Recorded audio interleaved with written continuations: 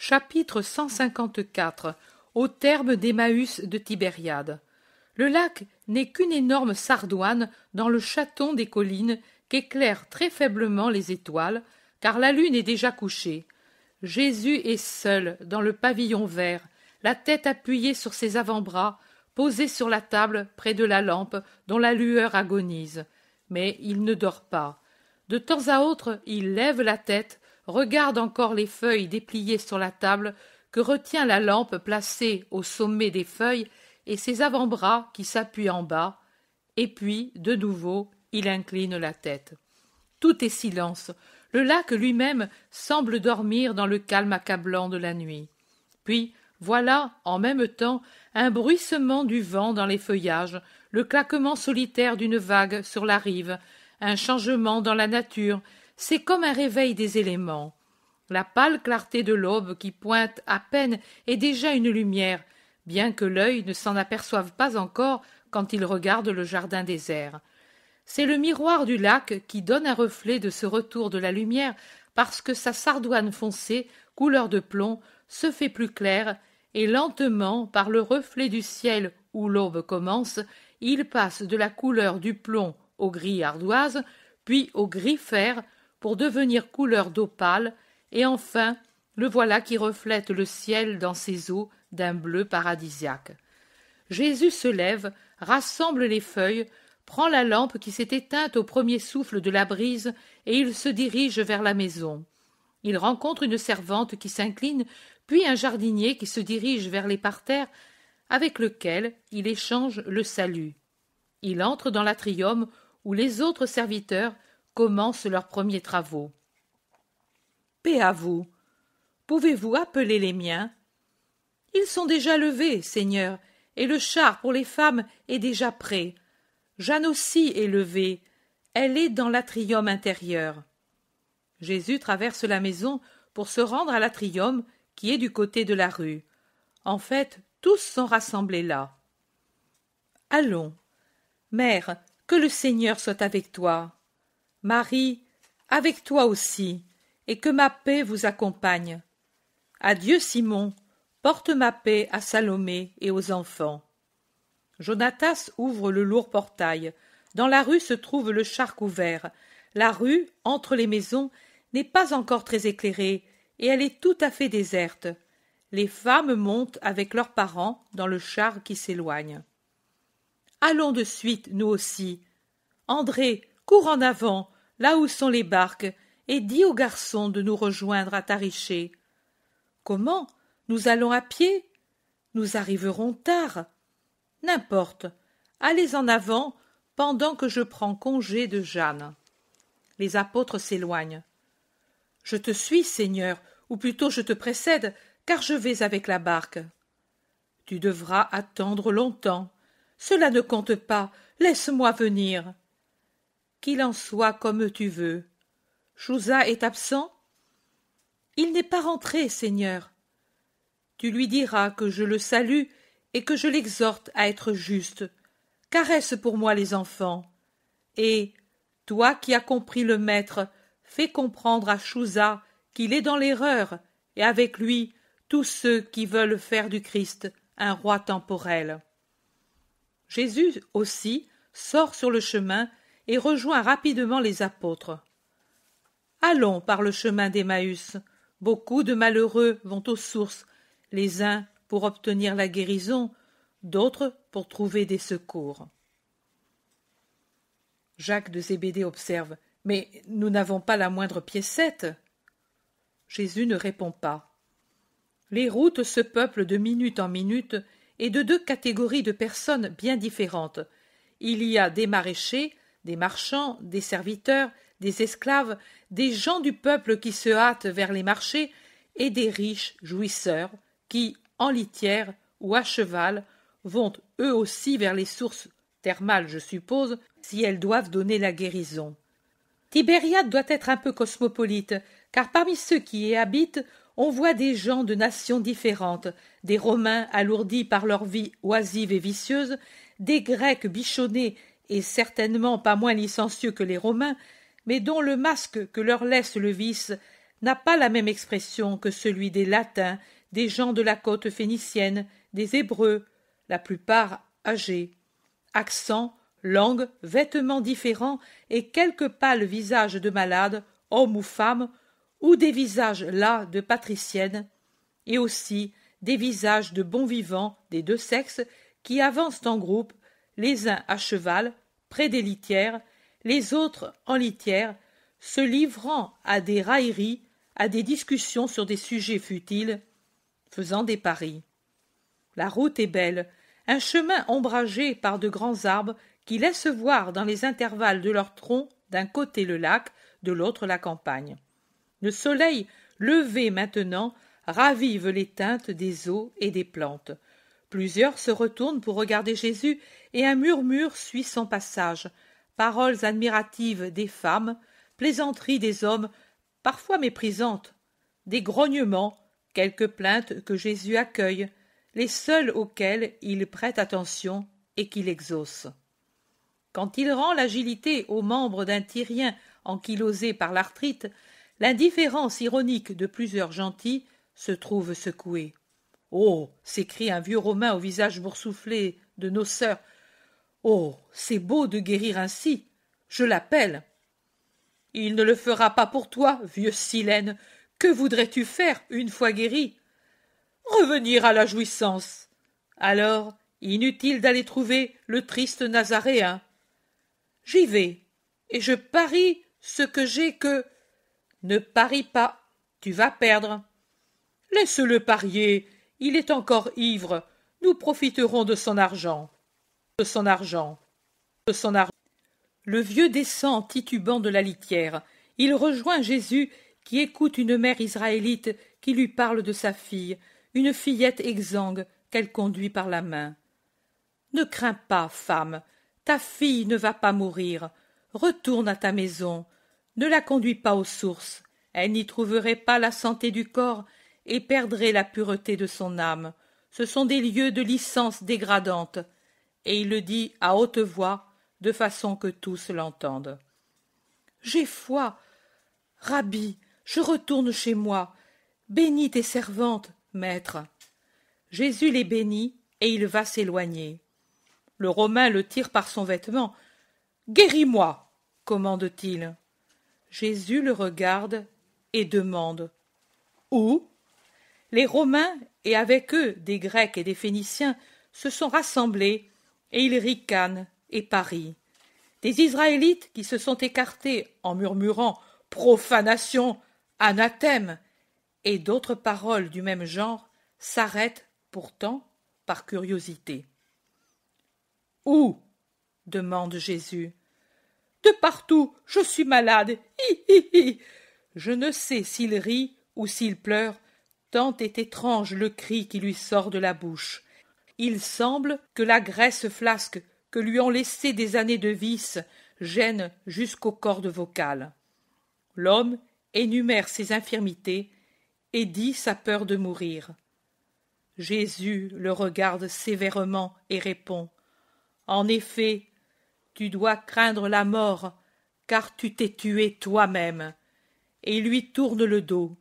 L'autre cherche à le reprendre par son vêtement pendant que ricanent ceux qui sont là. Mais Jésus se libère et s'éloigne.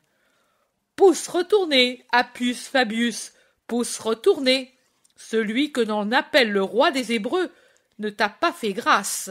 Donne-nous ta bourse, ton pari est perdu. » Grecs et Romains font du vacarme en entourant l'homme déçu. Ce dernier les écarte en les bousculant et se met à courir aussi vite qu'il le peut, obèse comme il l'est, en relevant son vêtement, titubant avec toute sa masse graisseuse. Mais il trébuche et tombe dans la poussière au milieu des éclats de rire de ses amis qui le traînent près d'un arbre contre le tronc duquel l'homme ivre se serre en pleurant du pleur stupide des ivrognes. Les sources sont certainement proches, car la foule est de plus en plus nombreuse, affluant de routes nombreuses vers un seul endroit. Il stagne dans l'air une odeur d'eau sulfureuse. Pierre demande. « Descendons-nous vers la rive pour éviter ces gens immondes. Ils ne sont pas tous immondes. Il y a parmi eux beaucoup d'Israélites, dit Jésus. On est arrivé au terme, une série d'édifices de marbre blanc en face du lac, séparés par des avenues et séparés du lac par une vaste place plantée d'arbres sous lesquels circulent ceux qui sont arrivés, en attendant le bain ou pour réagir après le bain. Des têtes de méduses en bronze qui font saillie dans le mur d'un édifice jettent des eaux fumantes dans un bassin de marbre qui, blanc à l'extérieur, est rougeâtre à l'intérieur, comme s'il était recouvert de fer rouillé. De nombreux Israélites vont aux sources et boivent l'eau minérale avec des coupes. Je ne vois que des Hébreux qui le fassent, et à ce pavillon. Je crois deviner que les Israélites fidèles ont voulu avoir un endroit particulier pour éviter les contacts avec les gentils. De nombreux malades sont sur des brancards en attendant les soins, et voyant Jésus, plusieurs crient « Jésus, fils de David, aie pitié de moi !» Jésus se dirige vers eux, paralytique, arthritique, ankylosé, atteint de fractures dont les os ne se ressoudent pas, malade d'anémie, d'affections glandulaires, femme flétrie avant l'âge, enfant prématurément vieilli. Et puis, sous les arbres, des mendiants qui se plaignent et demandent l'aumône. Jésus s'arrête près des malades. Le bruit se répand que le rabbi va parler et guérir. Les gens, même ceux d'autres races, s'approchent pour voir. Jésus regarde tout autour de lui. Il sourit en voyant sortir, avec les cheveux encore humides de la douche qu'il a prise, le grec envoyé par saint Ika. Il élève tout à coup la voix pour se faire entendre. La miséricorde ouvre les portes à la grâce. Soyez miséricordieux pour obtenir miséricorde. Tous les hommes sont pauvres en quelque chose. Les uns manquent d'argent. Pour d'autres, ce sont les affections, la liberté, la santé. Et tous les hommes ont besoin de l'aide de Dieu qui a créé l'univers et qui peut, lui, le Père unique, secourir ses enfants. Jésus fait une pause comme pour donner aux gens le temps de choisir entre l'écouter ou se rendre au bain. Mais la plupart délaissent les bains. Israélites et gentils se pressent pour l'entendre. Des Romains sceptiques dissimulent leur curiosité sous des plaisanteries. Aujourd'hui, il ne manque pas le rhéteur pour que ce lieu ressemble aux termes romains, disent-ils. Le grec Zénon fend la foule en criant « Par Zeus, j'allais me rendre à Tariché, et c'est ici que je te trouve !» Jésus continue. « Hier, on m'a dit « C'est difficile de suivre ce que tu fais. » Non, ce n'est pas difficile. Ma doctrine se base sur l'amour, et il n'est jamais difficile de suivre l'amour. Que prêche ma doctrine? Le culte d'un Dieu vrai, l'amour pour notre prochain. L'homme, éternel enfant, a peur des ombres, et il suit des chimères parce qu'il ne connaît pas l'amour. L'amour est sagesse et lumière.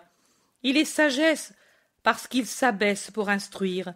Il est lumière parce qu'il vient pour éclairer. Là où se trouve la lumière, les ombres disparaissent, et là où est la sagesse, les chimères périssent. Parmi ceux qui m'écoutent, il y a des gentils. Ils disent « Où est Dieu ?» Ils disent « Qui nous prouve que ton Dieu soit le vrai ?»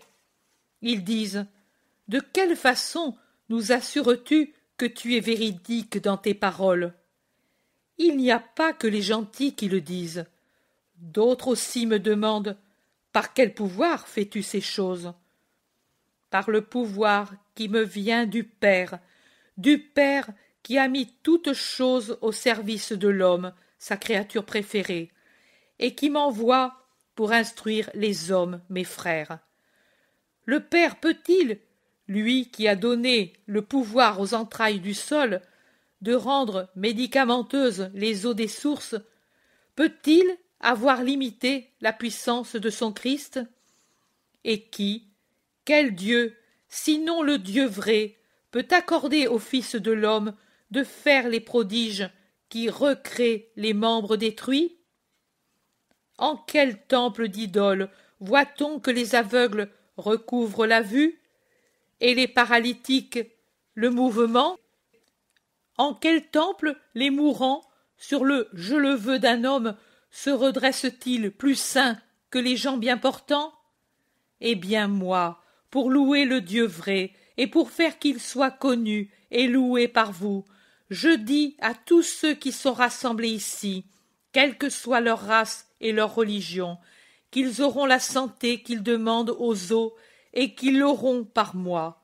Je suis l'eau vive qui donne la vie du corps et celle de l'esprit à celui qui croit en moi, et qui, d'un cœur droit, opère la miséricorde. Je ne demande pas des choses difficiles, je demande un mouvement de foi et un mouvement d'amour.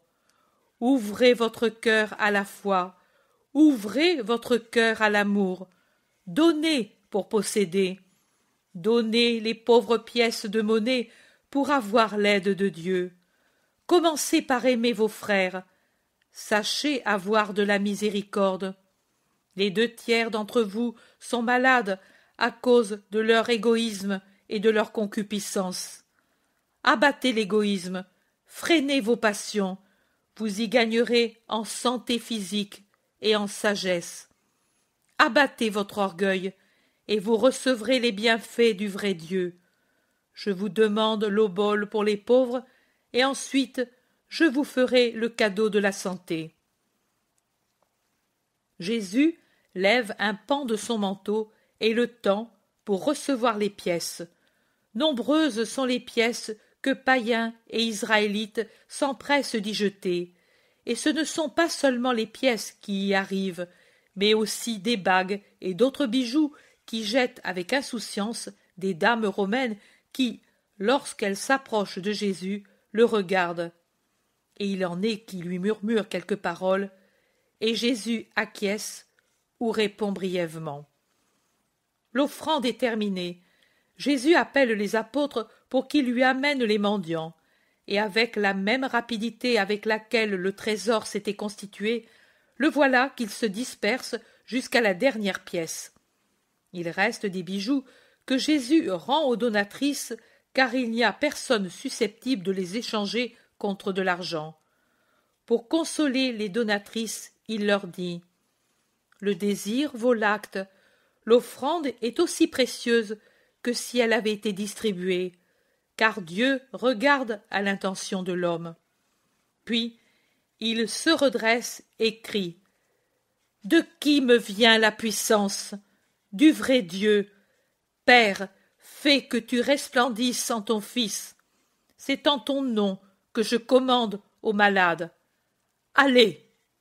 C'est maintenant le spectacle si souvent vu, les malades qui se lèvent, les estropiés qui se redressent, les paralytiques qui se meuvent, les visages qui se colorent, les yeux qui s'illuminent, le cri des Hosanna, les félicitations des Romains, parmi lesquels il y a 2 femmes et un homme guéris, et qui, voulant imiter les Israélites, mais n'arrivant pas à s'humilier comme eux pour baiser les pieds du Christ, s'inclinent, prennent un pan de son vêtement et le baisent. Et puis, Jésus s'éloigne pour échapper à la foule. Mais il n'y parvient pas. Sauf quelques gentils obstinés ou quelque Hébreu encore plus coupable dans son obstination, tout le monde le suit sur la route qui va à Tariché.